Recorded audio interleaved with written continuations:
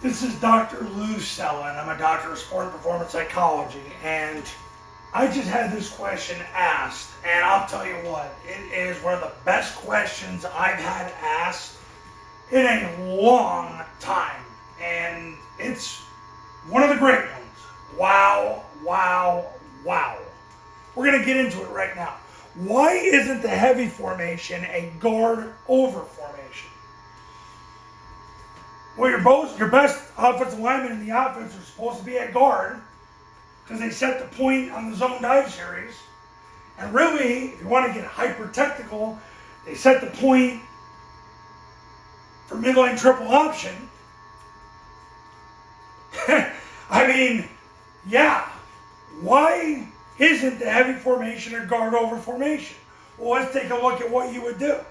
All you would do now is you kick the receiver from flex down into a stance as the second guy in the surface on the backside.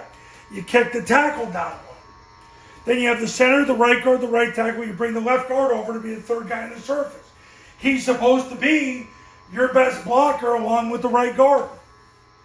You got the receiver on the numbers with his inside foot up. Quarterback under center the way God intended, with the B back 3 yards from the quarterback and the two A backs behind the tackles. Place that A back can move out if you're going to run the down or something else. But yeah, why isn't it that way? Well, I'm going to give you the answer that I usually give, because Army and Air Force don't do it that way. That's why. But should they?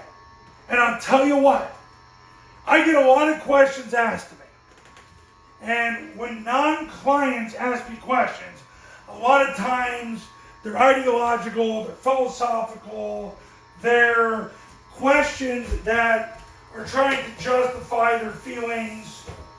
This question, man, this is a good one.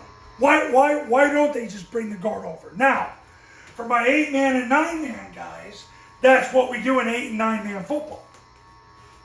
But we bring the guard over because in 8 and 9-man football, the end, which is what you call tackles in 8 and 9-man football, the end is eligible. And so it forces the defense to have to cover.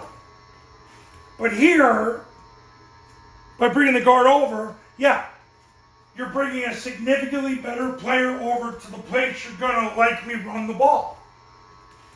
Now, I can't tell you to do something that Army and Air Force, well, let me try to phrase this without it being a double negative, because I was a former English teacher.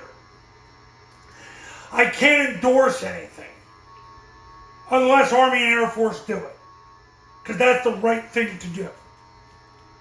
But I can tell you, this is a freaking great thought process. And I think as the offense has evolved, it's something to consider. And I'm not a fan of going rogue against Army and Air Force at all.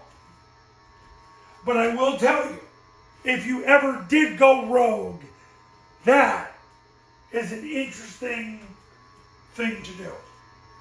Is making a guard over formation out of heavy. Because all you're doing is you're kicking these two guys down one man, bringing the guard over to the third guy in the surface with a 3.5 foot split. Now you got a better blocker to the side you're probably going to run to 100% of the time. Great question from the gentleman. And boy, do I encourage great questions. I don't want to hear questions about shotgun or all the tomfoolery and communism and Kamala Harris loving trash. You want to act like Tim Waltz, go to a spread page, wear your visor, and have a good time.